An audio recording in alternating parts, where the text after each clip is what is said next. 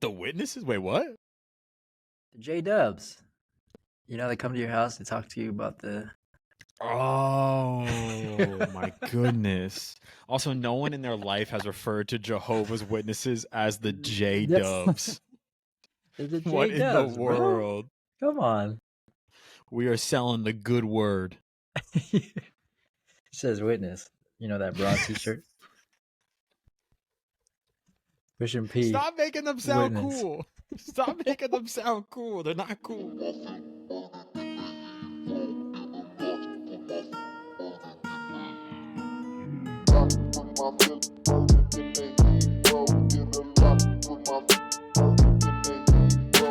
Welcome back, Pushin Performance JT. How's it going, man? Man, it is going. The year has flew, but the next one's about to... Man, I don't know what's saying that one. Fly up, come down, go down. Something along those. Come through, go down, fly up. You know, it could be any of those things. It's about to push. That one thing's for certain. We're going to continue pushing performance into 2024. We're actually both deep. Actually, not deep because you haven't started packing yet. But we're both about to get some big moves popping. Literally. So how's that going for you over there? It's not going at all, my friend. After this, I'm gonna start putting the boxes together at least. But we'll be good. We'll be all right. We'll move at some point. If you're listening to this, if you're watching this is good. You know, it could be worse. You could be packing up your home like JT is.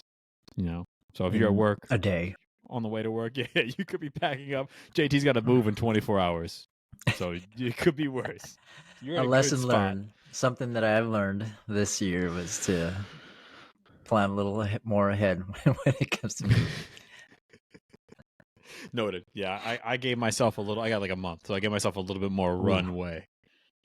Where we started selling stuff, we started packing stuff. So pretty soon, I will be recording the show, and you'll see nothing but boxes behind me. It's just going to be in a blank room, like I'm in prison, and there's going to be boxes behind me. But the show goes on. I've seen a lot of podcasts like that, honestly. just a room, you got a little ironing board in the back, and just call it a day, bro. Hey, man, it doesn't always have to look good. Don't matter. Matters to us, but it actually matters a lot to me. It stresses me out, but yes.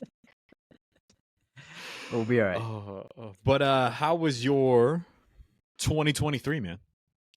Man, I feel like it's April just went by. Like if I were to say what was last month, it was April or March. Like I don't understand. Every year I go through this. Why is the year over again?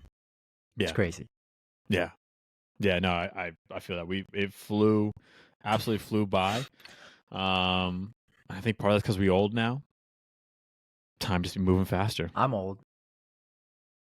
Yeah. A little bit. Don't agree. See, a lot of things changed this year, man. Earlier in the year, you'd be like, "Nah, you ain't old." So I get it now. I get it now, man. I'm gonna stop. I gotta stop fighting. I'm gonna lean into it. Grandpa JT. We're all right. We're all right. Oh my goodness! I think obviously biggest thing though, 2023, starting the show, starting Pushin Performance. So for those of y'all who've been rocking with Pushin Performance from the jump, thank you so much. It's been unreal, the love we've seen and the feedback we've gotten about the show and from the show. So obviously we're gonna keep it pushing. We'll talk about that a little bit more at the end of the show. But just up top, a big thank you to the Pushin P fam. Big thank you. It's surprising, honestly, that we even had one listen. So we went into this, expecting 0 listens, and we were just gonna keep rolling anyway. But the fact that we had multiple, especially on day one, is something that we truly appreciate, and hopefully we can continue to provide more value moving forward for sure. Yeah, no, 100%. But in the theme of the end of the year and resolutions and all that, we decided to take a look back and think through or talk through some of the things that we got wrong, or some of the lessons that we learned in 2023. So excited to get into this topic, and hopefully, like we said, I can't remember which episode, maybe episode 1. Hopefully y'all can learn from us so you don't have to make the same mistakes. And we'll just make a ton of them. I'll tell you about Yeah, them. exactly. Yeah, we don't have to. You don't have to go through the same mistakes. I'm trying not to make other people's mistakes too. And that's how we get better, right? We just learn How we get from each better. other's and keep rolling. But what's your first thing? What's the first thing you Okay. have changed your mind on this past year, or just thought about a little bit differently? This is one that is directly like just this year, like a realization I've had, and probably a weird theme that I fall into programming wise. But I have to stop writing soft ass programs for people. Hmm. That is my number one. So I think people, one, obviously people aren't inherently fragile, but like we always talk about beginner gains, right? And we want to maximize beginner gains, right? But if we want to maximize beginner gains, you have to train consistently in the first place. And I just found myself writing programs for friends or for people who haven't trained in a while, and really trying to find that minimum effective dose, right? Which in theory, right, on paper makes a ton of sense. Right, I'm going to give you the minimum effective dose. Maybe it's 1 set of squats and 1 set of bench press, and then we progress that week to week. And over time, you build, you get stronger, you get better body composition, like whatever your goal is. But I just found myself writing programs that were a little bit too basic, a little bit too foundational, albeit they were probably like right in line with what that person needs. But there was a mismanagement of expectations on their end, right? They wanted to train hard. They wanted to feel like an athlete. They wanted to get after in the gym. And I was like, here is some like split squat iso holds, and here is some chops and lifts, and here is some like tempo runs, like here's some like easy ass stuff, and you're not gonna feel like you're dying in the gym. Like I'm trying to let you ease into it. And they're like, nah, bro, like let's get after it. Like I think for me, it's finding a middle ground. And again, like we talked about autonomy in the last episode, allowing them autonomy from the jump. Mm. Like shit, all right, you know what? You want to get blasted? Let's get after it a little bit, and try to do it as safely as possible, or at least as what's the word I'm looking for? Like limiting the intensity or limiting how aggressively we're progressing things from the start, but still allowing them to train, allowing them to get after it. I feel like I said a lot there. I don't know if it made any sense. No, that's a good one. I think I'm always curious about that that term, and it's almost a philosophy. Like, there's not an Mm-hmm. actual minimum effective dose for Mm-hmm. that you can prescribe for somebody, but it's Yeah. understanding what that actually is, Mm-hmm. and seeing understanding that concept, and creating that relationship with the person that you're working with to Yeah. to find what that is, right? So I'm just curious with that concept of the minimum effective dose, as nice as that sounds, like what with that in mind of, don't make a soft ass program, how do you now not go on the other side of the things where the Yeah. reason why we make soft ass programs is to make sure they're not just super sore after, they're not just Yeah. beat up and all those things we talk about. So how are you like finding that middle ground and going hard, but not Yeah. too hard? I think perfect example, and one that I had literally this year, is with someone was a movement selection. So like they wanted to back squat, and I'm like, when's the last time you back squatted? They're like, it's been 3-4 years. Like let's start Mm, with goblet squats, and they're literally telling me like I want to back squat, and like they move okay, but I'm like, mm, bro, we can get stronger, we can get bigger legs, bigger quads, bigger glutes from goblet squatting. Like let's start there, and then over time, we'll maximize all that, and then we'll take it to a bar, load at the bar, and then we'll get after that. mm, Right. So I don't want to rob them of that progression. Right. We have a longer training window. And I think while that again on paper like really makes sense for like a freshman athlete or a younger athlete, where especially in a university setting, you're gonna have time to progress them. Or even in the mm-hmm. private sector setting, like I've had athletes that I work with like year over year, and I have time to progress them. But for someone who's Gen Pop, they're coming in, they're like, bro, I want to back squat. Like Yeah. Yeah. just let the back sweat. But to not go too far on the other end of the coin, like or other side of the coin, I'm not going to go 10 by 10 back squat. I'm not hitting with German volume training. I'm not going to hit him with something crazy heavy. I might go low volume, Mm-hmm. right? So I might do something like a 5-3-1 where I have like 1 or 2 hard sets a day. Mm-hmm.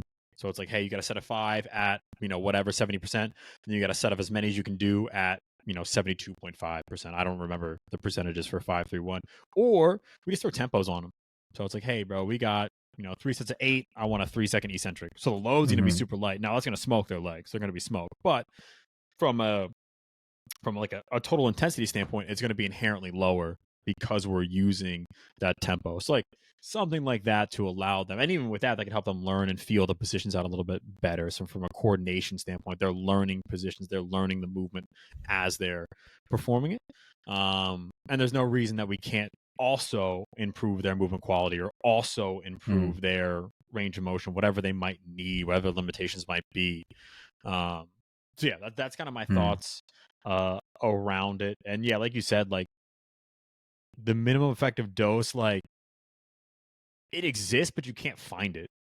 Like you don't really ever know when you're there. Mm-hmm. It's all like everything in training, it's all trial and error.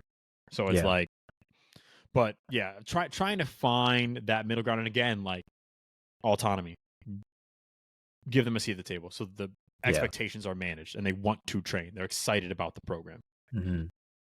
I don't think we talked about the minimum effective dose here on the show really specifically. We've kind of danced around it, but I would just for listeners who aren't really familiar with the term, it's understanding the least amount of work possible to get the most amount of change or adaptation. And I don't know if a lot of other places emphasize like the most amount, because if we hear the word minimum effective dose, that automatically people think the least of the least, but it's Yeah. actually the most.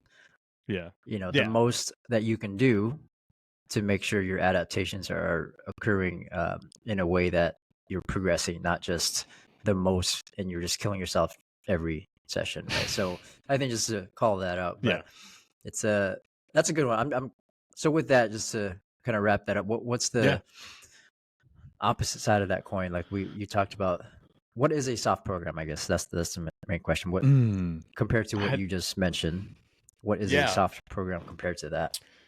I guess a soft program is in the eye of the beholder.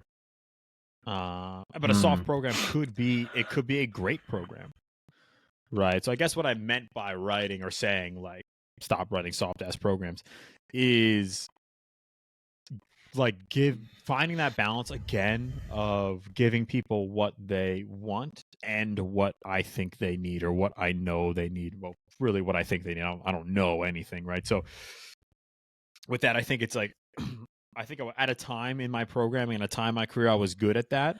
And now, like in all honesty, like that pendulum has swung because I coach less. I write less programs for like one-on-one individually, and I'm spending way more time working with coaches and not athletes and people. Like I still do, but it's just infinitely less than when I was doing that full time. So, it's easy to get caught up in theory world for me, where it's like, all right, cool. On paper, this is the best program. On paper, this is perfect for them. But we don't work in theory world, right? We work in the real world, right? So it's like if Buddy wants to back squat, let's find a way to do it. If Buddy wants to snatch and clean and jerk, let's get it.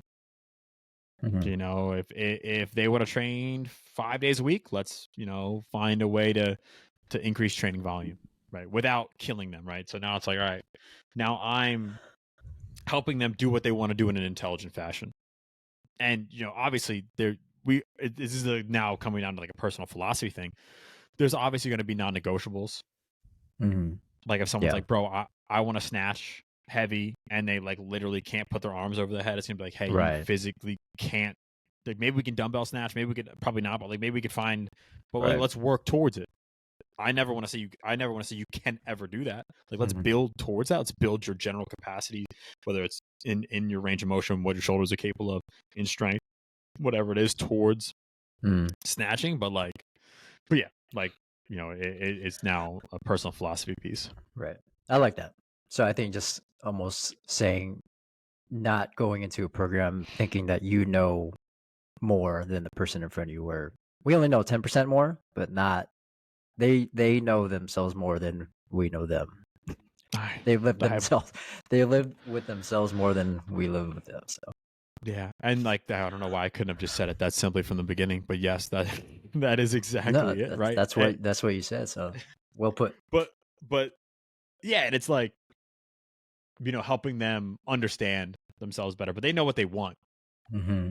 They know exactly what they want, right? So Yeah, trying to give them some of that. But we talked I about like that. We talked about that for too long. What about you? What's your first thing coming to mind? that. I think as a coach, my you know the way I've programmed or coached a client has been um, emphasize on the training piece, which it should. That's Mm-hmm. that's who I am. That's what they hired me for. But I think through the relationship and through the process, emphasizing the other pieces that matter in health Mm-hmm. is something that I've been trying to do more, and I've changed my mind about in the sense of how often I do it, how much I talk about it, what's the emphasis of it. For Mm. example, with training, we can easily get caught up and we can share the excitement of the training goals. Oh, you did a pull up. Oh, you're squatting heavier today. Um, for me, when I look back, like how come why am I not being as excited if they've uh, improved their sleep quality? Right? Like, oh, it's great. Mm. Okay, when do you want to work out next? Like, it's we know that's just as important, right? Yeah. The other pieces we talk about it, through posts and whatnot, but Mm-hmm. the emphasis seems to still be around the training piece, which as we understand, there shouldn't be any emphasis really. It's they're all equally as important. It's just a matter of when and how, right? Yeah. So, yeah, I think for me, highlighting a little bit more of the other pieces around health. When we're talking stress, we're talking hydration, sleep. How often am I doing that? Can Mm-hmm. I actually put it within a program? Right? If the Mm. program says, squats, then pull ups, then rest. Okay. At the end of the program, can I just put, hey, prescribe some sleep, or maybe prescription is not the word, but Yeah. can we put an emphasis on something along those lines instead of just a casual conversation? Hey, how was your weekend? How's your sleep this week? Okay, cool, let's get it. Yeah. And then that's the last time you hear about it. So, but as we know, the more often we hear something, the more you know it'll be in the back of our mind, and now that'll play a role in our behaviors and what we do and how we do it. So I think me as a coach, I'm trying to be a little bit more cognizant of the other pieces of sleep, hydration, nutrition, and highlight it just as much as I am with actual training. Yeah. Yeah. I love that. I love that breakdown. I think it makes me think about like our like we can not that we can say it, but I guess our actions and the things we talk about the most kind of show our clients what we value the Mm-hmm. most, right? So if all we ever talk about is training, Mm-hmm. all we ever talk about is stuff that goes on in the gym or on the field, and then like you said, it's just like, oh yeah, don't forget to get a good meal after this, or like, oh, how'd you sleep? Okay, cool, let's train. Like if it's never like really emphasized, then Yeah. it has the potential to devalue it for them, or at the very least it doesn't seem as important to us to Mm-hmm. them. But I like the call of like, shit, like just let's put it in the program. Like let's put a meal in the program. Like that, hey, afterwards have a meal that checks these boxes. Let's put hydration in the program. Let's put sleep in the program. Let's put, Mm-hmm. some sort of mindfulness practice in the Right. program. I think that'd be so is that that's something you haven't done yet?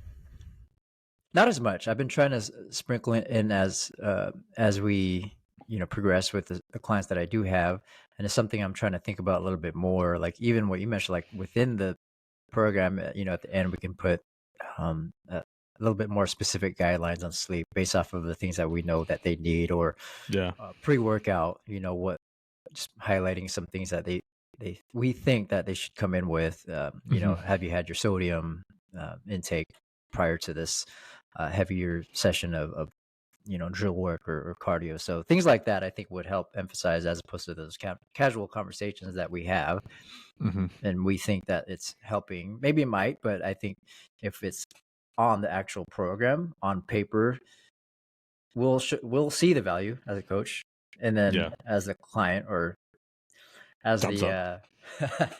as the athlete or client, that they'll see it and they'll know that, okay, this is a main focus that I should continue to remind myself. Yeah, that's I love that call out. Yeah, I think a lot of, I mean, shit. I know if I asked you 2 years ago, 3 years ago, like, is sleep important? Is nutrition important? Is stress management important? You would have said 100% yes. And I think every coach says that and believes it. But it's like, this is like a nice reminder to, like, all right, let's reflect back. How are you communicating this? Like, is this just a one-off conversation? Does it actually find its way into like written recommendations in the program? Like, are you communicating it in a way that shows how much you value it? It shows how much you think this is important in relation to training. Yeah. Love that. Love that. I think I'm getting older. That's why, bro. So I'm like, okay, I need to lock in real quick. I thought you were going to go full, like, personal. I'm old. My back hurt. My knee hurt. I gotta take care of my body. I was trying to say that without saying it. But thank you for highlighting the truth there. We can cut it. We'll call the editor. I'll tell the editor to cut it. We can keep it. I'm not ashamed, man. My back hurts every morning. My knees are louder than me, when I'm talking. So it's all right, as long as we're doing other things. I love it. But yeah, that's my first one. A lot of things. It's hard to really choose just a select few here, but hard to choose one. All right. What's your number two? Number two. Let's go you first, bro. I'll rock with it. Okay. Let's go you first. All right. This is something that's been probably changing. This is kind of a little bit of a cheat. I just stay cheating on the show, but it's our show, so we can do whatever we want. But this is kind of changed over. This is kind of changed for the past year and a half. But my worldview of motor learning has completely changed. Like, it is 100% different than it was 2 years ago. It's probably 100% different than it was a year and a half ago. And it's like 75% different than it was literally a year ago. And this is all because of Rob Gray. So I had to pull up the titles of his book so I didn't get them wrong. But he's got How We Learn to Move and then Learning to Optimize Movement. He also has a book called A Constraints-Led Approach to Baseball Coaching that's coming soon. But we'll link all that in the show notes. But Rob Gray, he's got the Perception Action podcast and perceptionaction.com. He's over at Arizona State working with baseball. I think he's still there. But really talks a ton about the constraints-led approach to learning and basically a interpretation of dynamic systems theory, or an application of dynamic systems theory to human beings and how they learn. And essentially, we don't learn through like a generalized motor program. Like, it's not like I learn something and then I remember it and then my brain just recalls it and puts it into play. So for example, like, I learned how to swing a baseball bat, and now anytime I swing a baseball bat, my brain remembers how to do it and then just plays that program and my body does it. And that's kind of how I thought learning happened, right? Like, coming up and learning, movement skill the way I did. It was like, all right, cool. I do my acceleration drills, and then anytime my athletes accelerate, they just will perform that learned motor pattern. When in reality, it's always going to be an interaction of the individual. So like, what are they capable of movement wise, whether it's the ranges of motions they can achieve, whether it's the forces they can produce, the task. So like, what's the goal of the task? Like, is my goal for acceleration, is it accelerating to cut someone off? Like I'm a defender. Is it accelerating to the rim to dunk the ball? Like what is it? I said that, but I can't accelerate to the rim to dunk the ball. But like, what is the goal of the task? And then what is the environment I'm in? So am I on hardwood? Am I on grass? Like what's the surface? What's the environment of defenders around me? Right? Like all these things now come into play, and it's all those things together that dictate how we move. So it's that complex interaction of task, person, environment that really pulls out the movement solution, right? That we use to solve, the specific movement problem or solve the goal of the task. So, more and more I think within movement skill and just within, training and play in general, it's like, let's spend less time talking as a coach. Like I don't want to talk. I don't want to have them think internally a ton. Like I want to try to create an environment that brings out a movement pattern similar to what I'm looking for.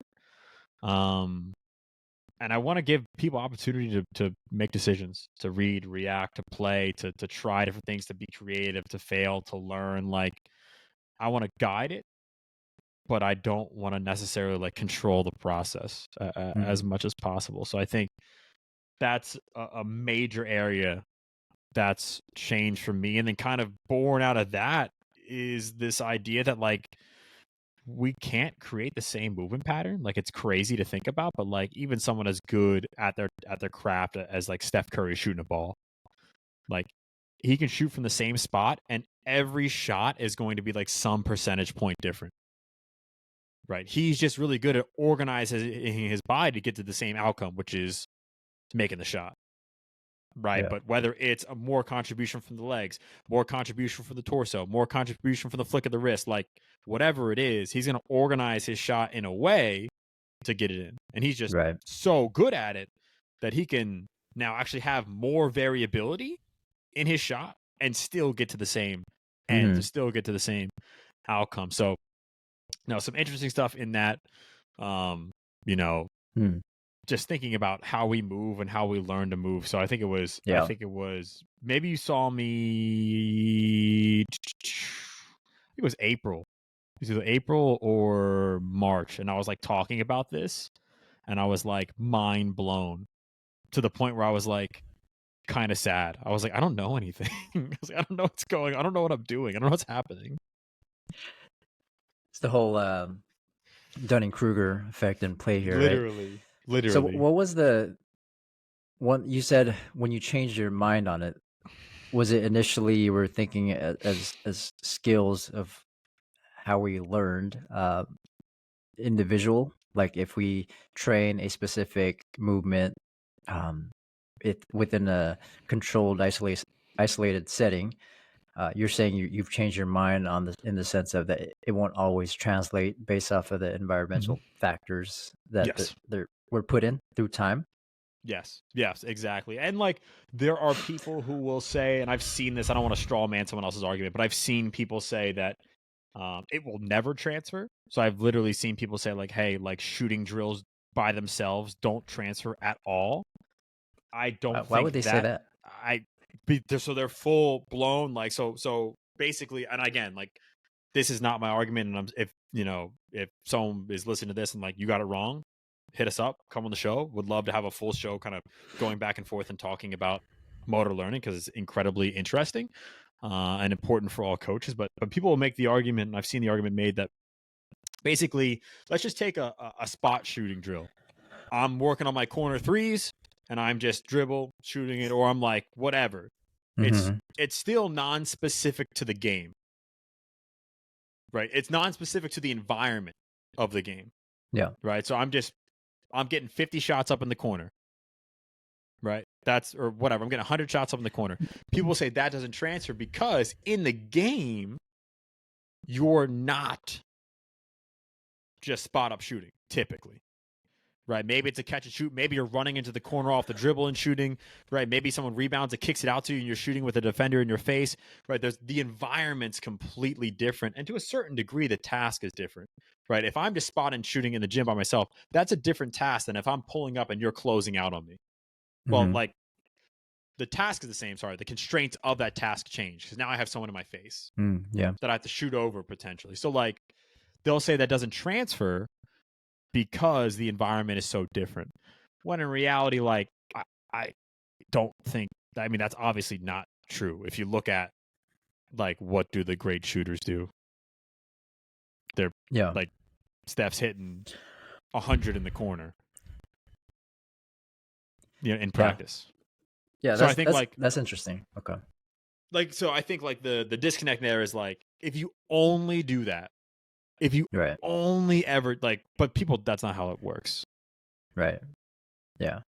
No, I mean, specific to shooting, Yeah. you can't say those drill shots won't transfer, Yeah. right? Internally, it will. Like you'll learn how to shoot the basketball, right? And you'll learn how to self-organize to get the outcome, which is to the ball in the hoop. But Yeah. then there's ways you can put the drills in that context, right? That there's games that you can do as a team. There's closeouts. Mhm. It's never going to be the real thing, but you can do all these things to elicit stress, which is usually what creates variability or has will force you into Yeah. making different moves that you did not practice with. Yeah. But at the end of the day, like these drills, understanding what the drills are and then how to simulate the environment will translate. I think I think when I hear that, if people say it does not translate, I think it's more of a concept. I'm giving them Mhm. the benefit of the doubt that they don't actually Yeah. believe that. Yeah. Right. Yes, exactly. So no, I mean that is interesting. I think now, real quick before we move on to the next one, in the how do I say this? What's another example of that concept? Not in the sports setting, in the let's just Mhm. say in the weight room, Yeah. Yeah. Of motor learning like and motor the learning, movement variability. Yeah, I think it could just be like how you cue a movement, right? mm, Or how you instruct someone to perform a movement, right? So like thinking off the top of my head, like maybe it's a squat pattern, mm-hmm, right? And someone's struggling with how they organize their center of mass, mm, right? So it's like again, it's based on the task, the right, person, and the environment, right? So mm-hmm, I think like if we start with the same concept in mind, like just back to what I was saying in my first kind of thing I changed my mind on, like if I'm saying I want to go from goblet squat to back squat, there's not a guaranteed transfer there because the task is different. The yeah, constraints of the task are different. Like the bar position is different. That changes my center of mass. That changes how I organize. Like mm-hmm, I think a goblet squat can build capacity in a lower body pushing pattern from like a muscular standpoint, from a connective tissue standpoint. I think it like shows like, yeah, this person can keep their torso upright. Like, yes, this person can drive their knees over their toes. They can get into deep hip flexion and knee flexion at the same time, right? mm-hmm, It shows that they can do that, but it doesn't always necessarily guarantee transfer. Like I yeah, know plenty of people who can goblet squat beautifully and then have trouble organizing in a back squat. So like how mm, can we create an environment or change the constraints of the task that help them organize better? So it's like using something like a heel lift, changing the bar position, changing the type of bar, maybe going from a straight bar to a safety bar, like playing around with different things to help them organize mm, better and find that position a little bit better. But then, talking now to the movement variability piece, like, especially when we're learning, there's going to be like a lot of, I forget the term that Rob Gray uses, but there's going to be a lot of like wide swings in the variability in our movement. So if I'm just learning how to squat, every rep might look completely different, mm, right? But as I get better, my use of variability gets better. So now if my feet are, a centimeter too wide, if my foot pressure is a little bit too far forward, if the bar is a little bit too low or a little bit too high on my back, I've now had the reps in, and now I can actually my variability has a function. I can organize to complete a pattern that looks the same. Yeah. It's different though. Maybe the muscle contribution is different. Maybe the shift in my weight is different. Whatever, it's different, but it accomplishes the same, bar path. It accomplishes the same task of moving the load, right? So as I get better, I can organize in a way that allows me to manage the load better. Right. So if the goal is to complete the lift, you'll now have different ways to do that that your body has allowed you to, if that's the task, right? Yeah. But I will say, like, in the weight room, just working out, there's a lot less environmental changes. There's a lot less task changes than there will be in like the chaos of sport or in the chaos of life. I will say though, there are like, now we got to think about the individual. So like we've talked about in a few episodes, like if they can't complete a specific task like squatting a weight, now what are the individual's limitations? Yeah. Like, is there limitations from a range of motion standpoint? Is there limitations from a coordination or like a neuromuscular standpoint? Right. Is there limitations from a force production standpoint, whether that's the amount of force, whether it's the timing of the force, whether it's the speed of force, the direction of the force, like whatever it is. Yeah. So not discounting those things and like getting into those things and understanding how they can impact someone's movement solution. And I don't want to, looking at our notes, I know you got potentially something similar in your second, but like those things impact our movement solutions. So like, Yeah. I'm gonna let you go number 2 because I don't want to steal your thunder. No, that's good. I think you were on a roll there, but one thing I've been playing around with, I think that might fall in line with what you're referring to, is when I think about life transfer. Again, I'm getting old, man. I'm trying to get as much transfer as I can to make sure I can do things right. So one example is a Turkish get up. I've been putting that in some programs for my clients, and I think a way you can think about, or I've been thinking about with how it transfers is to life, is can you lay on the floor and then stand up? Yeah. Right. What's your self-organized strategy there to get up? Right. So if the drill was the Turkish get up, something I've been playing around with is, okay, nothing in your hand. Just get up off the floor. Yeah. Right. And then I look at them, I watch them, and then I say, okay, do that now with your one hand on your shoulder. Right. Do the same thing. So they'll you see them thinking, and they're self-organizing to complete the task, which is to get up off the floor and then also get down onto the floor. Right. So is that something that you think would be similar to what you're referring to? That's perfect. And again, I'm just gonna have you give my examples for me because you're saying it way shorter and way more understandably, but that is perfect. Right. So like that is exactly like give someone a task and allow them to organize and just see what they do. Yeah. Like just see what happens. Like, why are you doing it that way? Like, is it because you've literally never thought of this? Is it because maybe your right arm is way stronger than your left arm? Is it because you have a history of injury on your left arm or you don't trust it, so you're not putting pressure into it? Like, why are you organizing this way? And then like give them different tasks. And like you said, it could be without load, it could be with load. Like you can go, hey, Turkish get up, but like we're not doing a kettlebell competition, so like it doesn't it doesn't really matter if we don't do it perfect. So like just get up, and I want it to look different every time. Right. Or like get up in the fastest way possible, or get up with the least moves possible. Like how like just from lying on your back, right? And give people the opportunity to explore, and it gives you a ton of information. Like you're starting to learn what their preferred movement solutions are to a task like that, and you're giving them more options. Yeah 100%. Okay. I like that. It's another great example. But what is your number 2 if we can keep this thing rolling?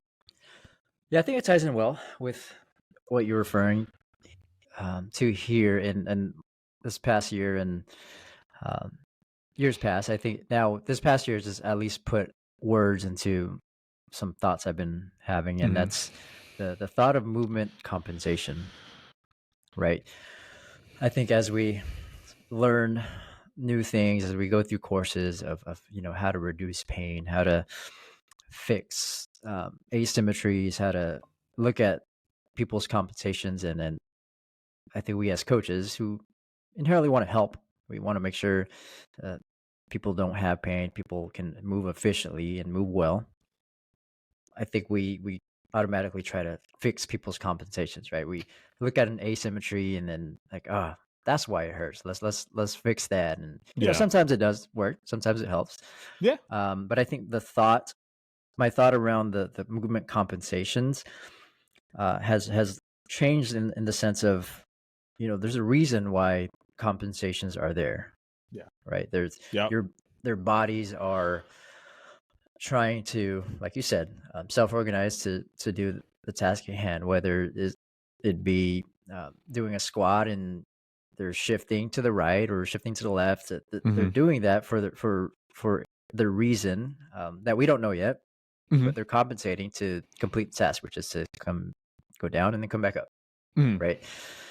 And then I think in the past, I've always thought about that specific shift. I'm like, all right, let's fix that. Let's shift to the left on the bottom of the ISO, and then let's try to fix that. And Yeah.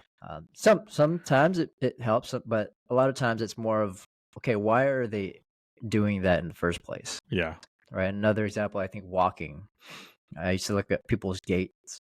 I still do once in a while just to get information, but I look at it in the Mm-hmm. sense of, okay, what can I fix? This dude's walking out like a duck, and okay, I got to fix that, and maybe that'll help with everything else, Yeah. right? So I think the the thought of compensation, why they're there, um, how can we? I guess it has changed my mind in the sense of, do I need to change it for one? Yeah. Um, Yeah. Two, why are they having it? And three, um, what can potentially be the downsides of changing it? Knowing that we want to help, but sometimes they're there to protect whatever they're trying to protect, right? So I just think Yeah. thinking it in a different lens of understanding what that compensation is, knowing that it's not always the going to help them if we remove the compensation. Yeah. Yeah. I absolutely love it, man. Yeah, like, and I'm assuming like that's, I mean, shoot, if you look at the field, like, especially knowing our backgrounds and kind of knowing who some of our influences are, um, shit, thinking back to like the FMS. Are you FMS Hmm. certified? Would you get FMS certified back in the day? Yeah, but I'm not going to say I am because I got to look at the notes again to run it through. But But like looking at, and I don't know if this was their aim, but like looking at what the test became, right? It was like, mm, hey, if you're a one on active straight leg raise, then you can't deadlift. I don't know if that's what they said, but like that's what it became yeah, in the industry. Like it became like, this is the barrier to entry. Like if you can't do this, like then you have this compensation because of this and this and this and this, and this is bad because of this, and you're gonna get hurt because of this. When in reality, like look at the data. Well, it's not predictive of injury. Yeah, it can show you movement limitations, but I've hate and I've stopped using the word dysfunction because, like you said so well, like I don't know if it's bad. Like yeah, I don't know if it's wrong. There's so much bandwidth hmm, that's safe for human movement in a gait pattern, in a lunge pattern, in a sprinting pattern.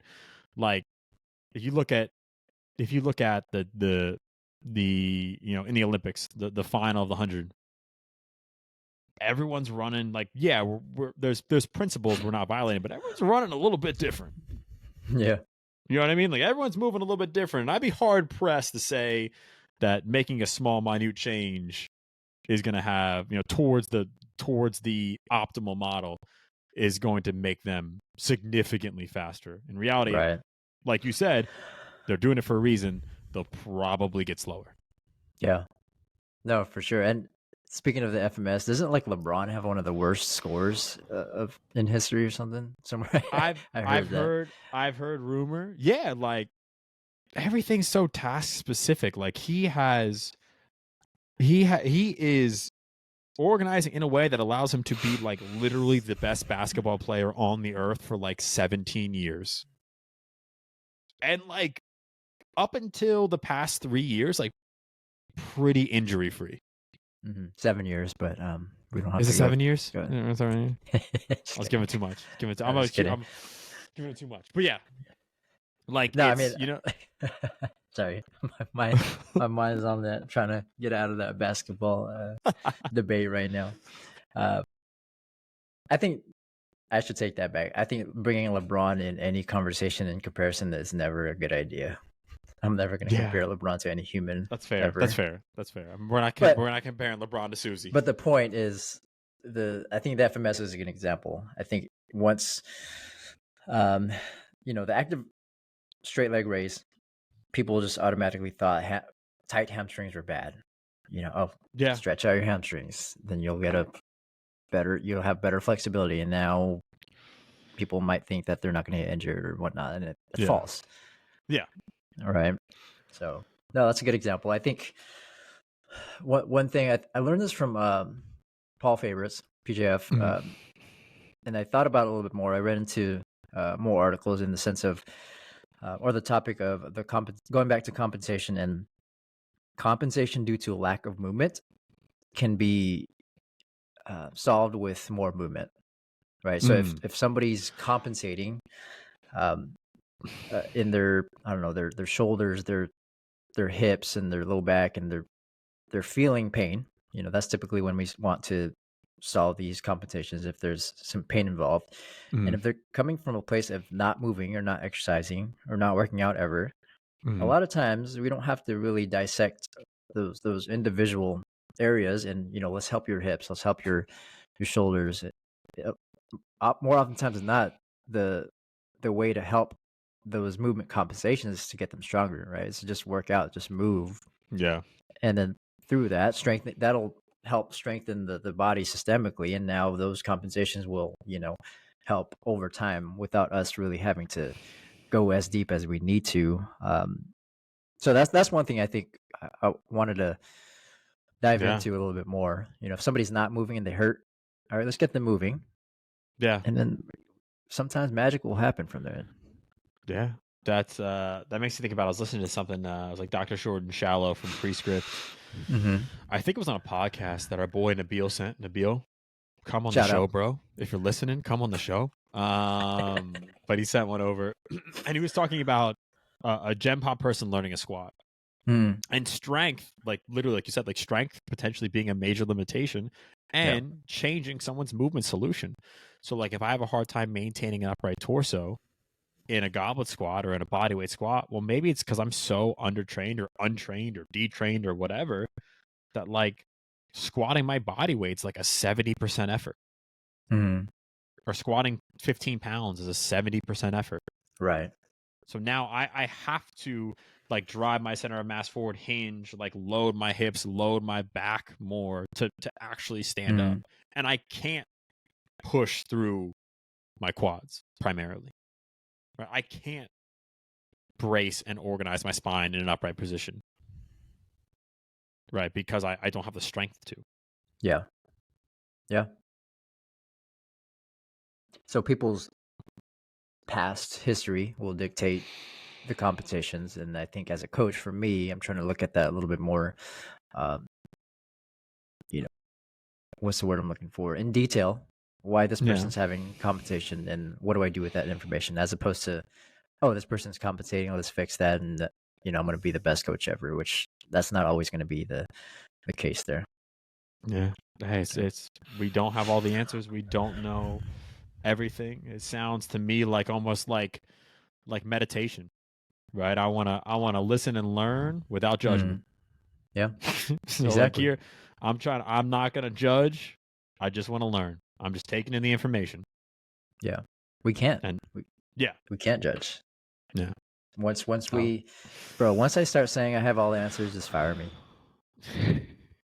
That's it. I don't know if I can fire you from just the fire show. You, man. I don't know. Change the password. That's gonna be how I'm fired, bro. Oh, should we do a third?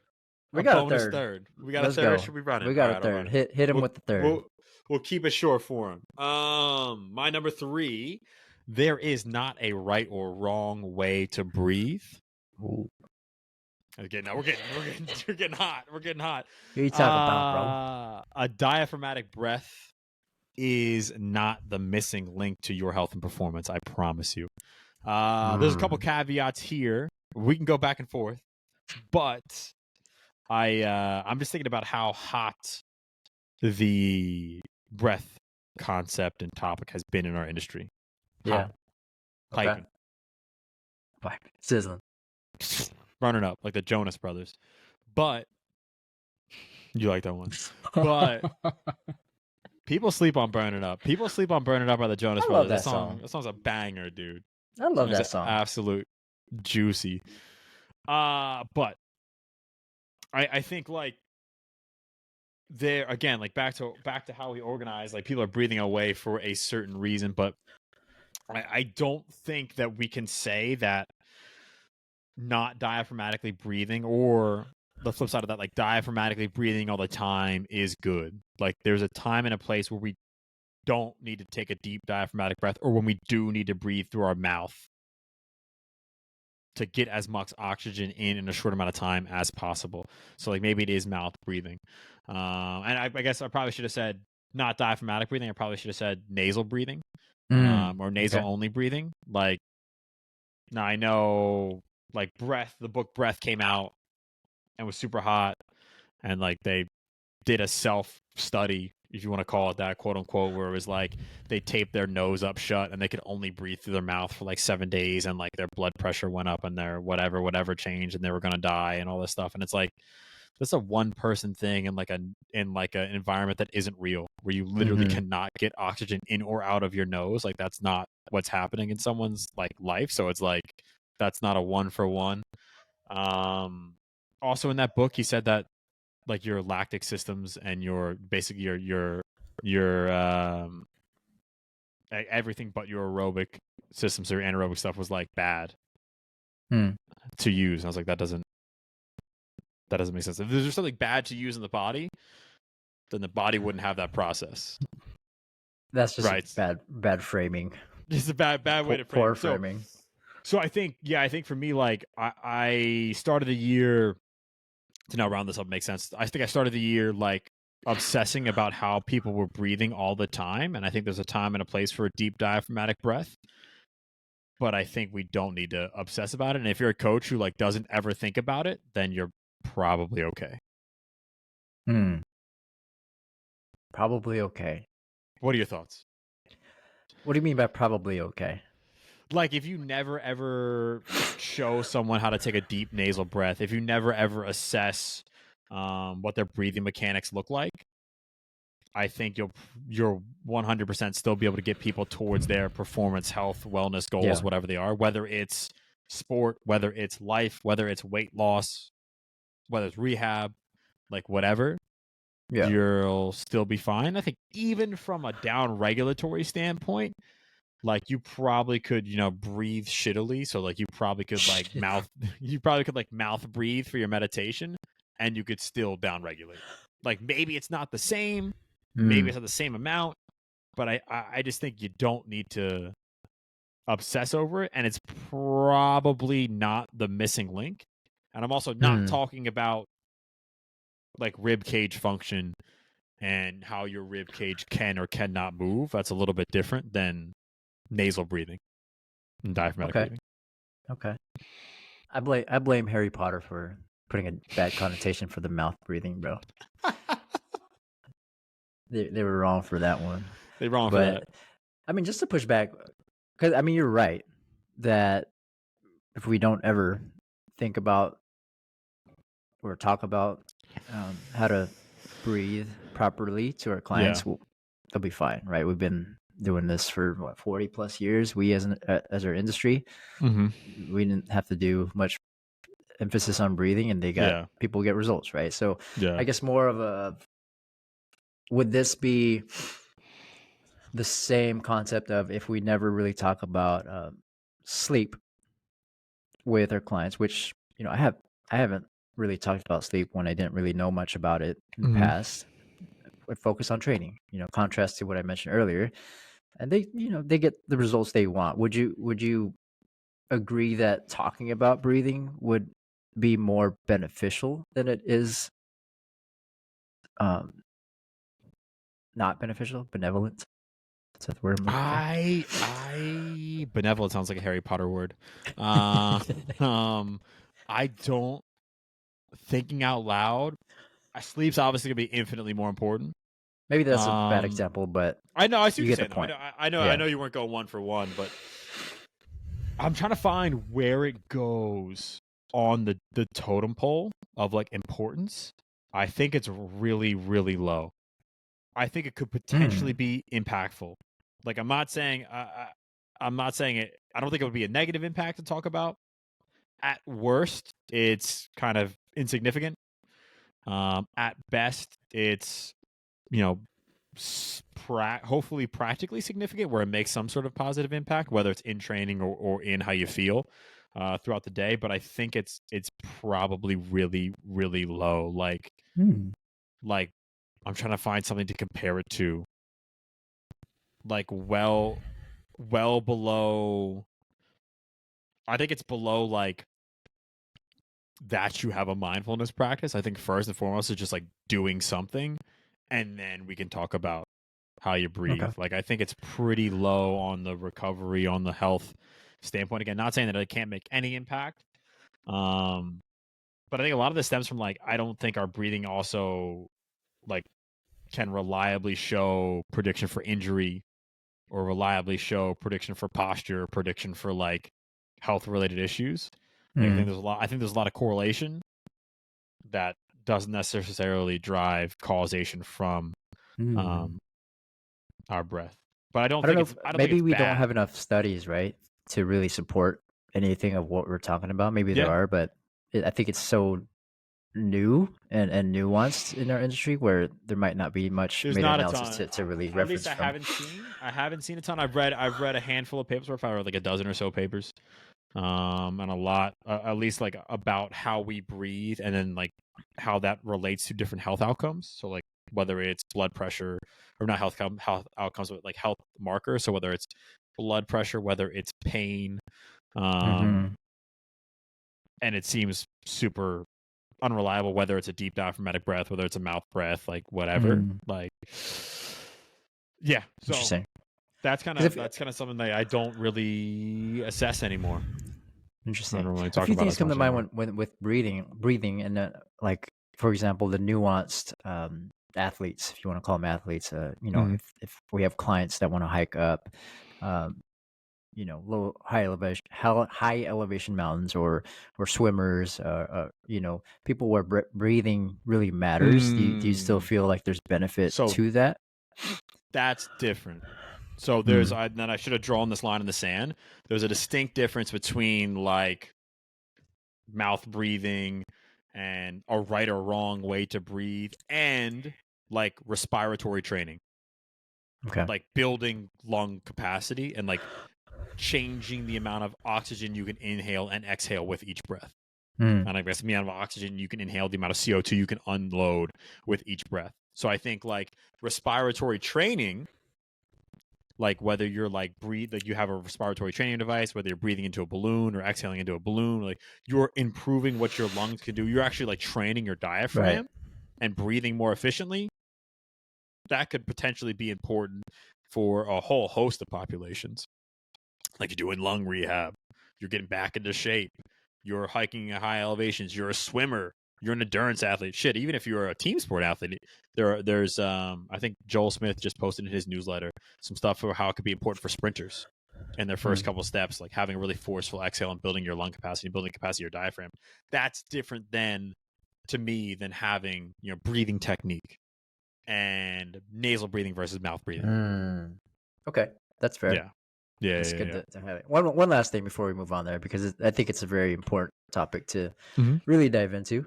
Because it's either you're talking about it or you're not, and then Mm-hmm. hopefully at the end of the day you have a reason why you're not and a reason why you are. Mm-hmm. Um, Mouth taping. Mm. Thoughts on that? I've tried it a couple times. I know people who love it and swear by it. I don't know. I think I haven't seen a ton of studies on it. If they're out there, please send them to us. We would definitely love to see them. But like that's one of those things. Like the barrier to entry is so low. Yeah. Like if it works for you, hell yeah. If it doesn't work for you, that's okay. Yeah. Like I think it's kind of where I fall, like a personal preference type thing. Yeah. Like Okay. it's almost like footwear to a certain degree for me. Like how I view footwear, it's like, if you don't like training in barefoot shoes, okay. If you like training barefoot, cool. Like, I think there's a time and a place for certain things. Like maybe not. Maybe that's probably a poor example, because I think there is like a distinct time to train barefoot, and there are like different benefits to your foot. But like personal preference wise, like yeah, if you like it, rock with it. If you don't like it, that's okay. But what do you what are your thoughts? What are your thoughts? I mean, like you said, if there's papers out there to support any of this, please send it our way. I think there's a lot of power in the placebo effect, Yeah, yeah, or any anecdotal stories, for and sure, wisdom. So I for think sure. I wouldn't throw out the baby with the bathwater in Yeah, this regard. yeah. But I see what you're saying. Like, it doesn't have to be the at the top of your totem pole. Yeah. I think there's a time and place for it. There's this person that you're working with. Are they just breathing out their mouth the whole time? And then, is that just because they're super stressed? Is there a way we can find ways Mm-hmm. to down regulate them and then get them out of that, fight or flight mode? So that's kind of where I think about it with breath Okay. and um, the benefits of it. I guess I'm just trying Yeah. to stay positive. Just trying to push positivity, bro. Pushing positivity. Yeah, no, I hope people come for us on that one. I would love to have more discussion around the breath and around like breathing Yeah. technique. And again, like not talking about, respiratory function, Put the Bane mask on. or diaphragm function. Put the brain mask on. Bring back the altitude training masks, please. But JT, what is your final one for Last one. the show? I think something that you touched on in one of our previous episodes, and the value of play, right? The Mm-hmm. value of play, good conversations, hobbies that we have, and how it relates to our training, right? How it translates to our life, how it helps with our overall health. I think intuitively we know this, we feel this, like, oh, if I hang out with a friend, I feel good, and I like hanging out with that friend. But I don't think we always equate those um, relationships, those interactions to our overall health. Like, we don't. Mm. I know for sure for me, I don't have intent to, like, yo, I'm gonna go hang out with Phil for a cup of coffee to make sure I feel good for that day.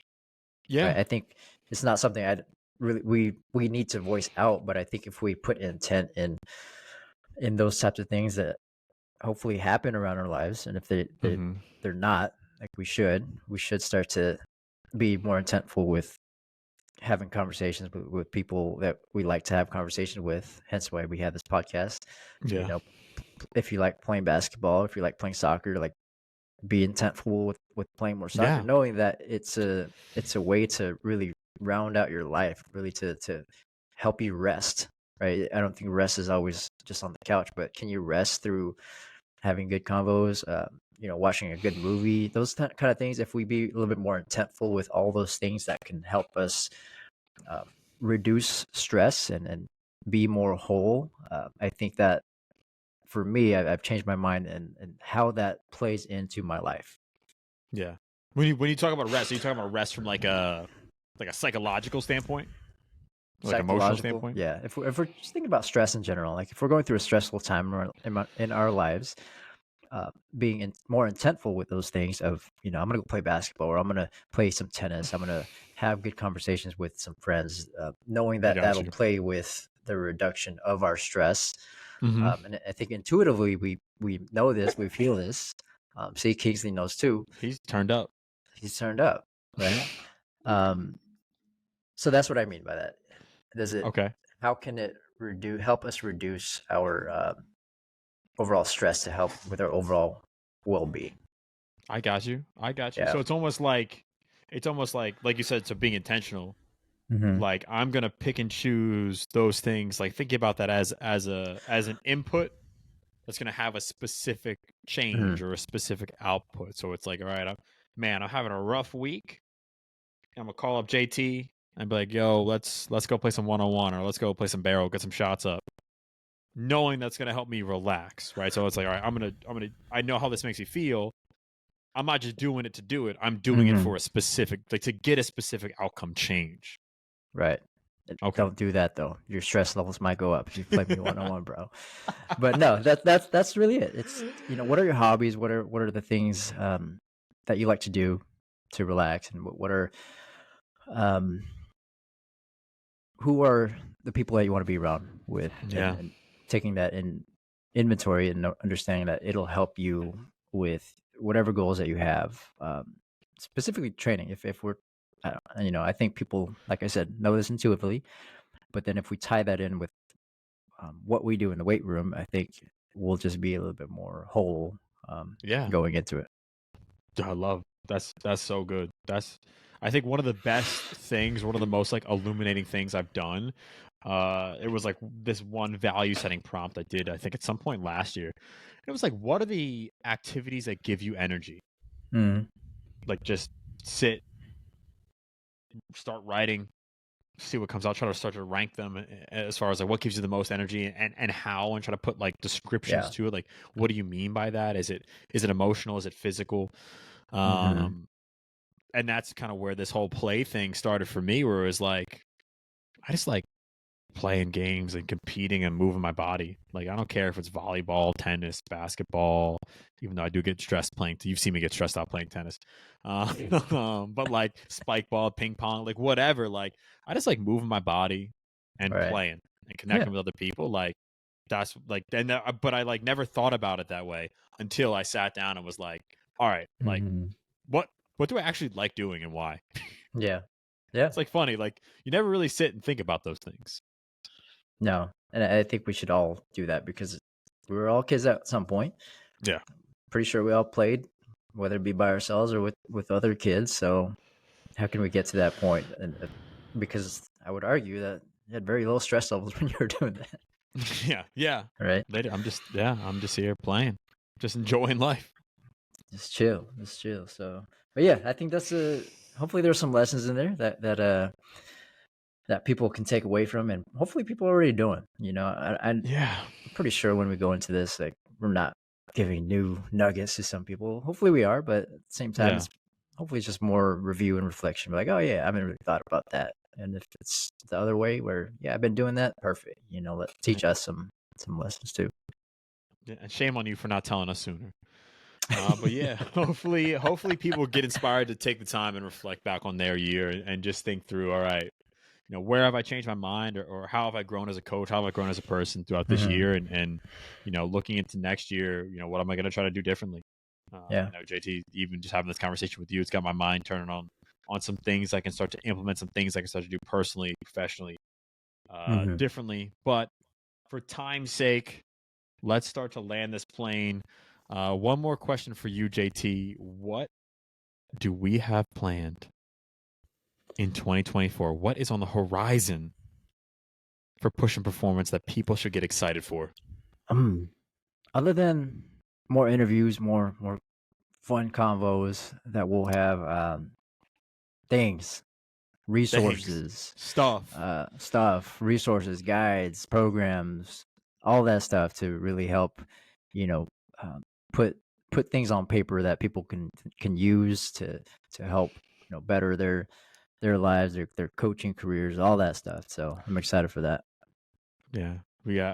Our mission is just add value to simplify concepts in the face of complexity. So we're going to try to do that for you all of 2024. We've had some people reach out and share some things that they want to see more of, and some potential things that we could be sending out that you could actually use. So shout out to the folks who hit us up. If you think there's a topic you want to hear about, if there's a person you think we should interview, if there is a program or a resource guide that you would like for us to have, like, do not hesitate to reach out. Let us know.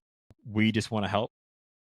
So let us know what problems you are dealing with, and we will help you work through those problems, knowing that you're not the only one dealing with those Mhm. specific problems. There's definitely a ton of other coaches out there. So I know one big thing, someone hit us up. We were joking about a reading list, and they were like, "Yo, wait, hit us with our reading list." So I think we're gonna put out early in the year. We'll probably throw out a reading list and our recommended readings for coaches, something to that effect. We're tweaking it a Yeah. little bit, but we got some good value adds for We're sure. tweaking, bro. We ODing. tweak, we tweaking. Crazy. But JT, where can people find you? On IG, no other place. Actually, there's other places, but that's the only place I would probably respond to you to. IG, coachjt.mp3. JT, I'm on LinkedIn. You can find me on IG at Nashville. You can find the show on IG at Pushin Performance, no G. You can contact us on email, pushinperformance@gmail.com. And as always, if you love the show, please show love how you're supposed to. Share us with a friend, leave us a comment, like, share, subscribe, 5-star reviews. We appreciate it all. We're hoping all of you had an incredible 2023. Thank you for rocking with us in this initial stages of Pushin Performance, and we are so excited for 2024. Sir, we appreciate it. We're excited. Hit that sub. We'll give more value, and we'll get more value just from that sub, that like, that comment, that You already subscribe. know. We'll see y'all next year. All right, let's do it.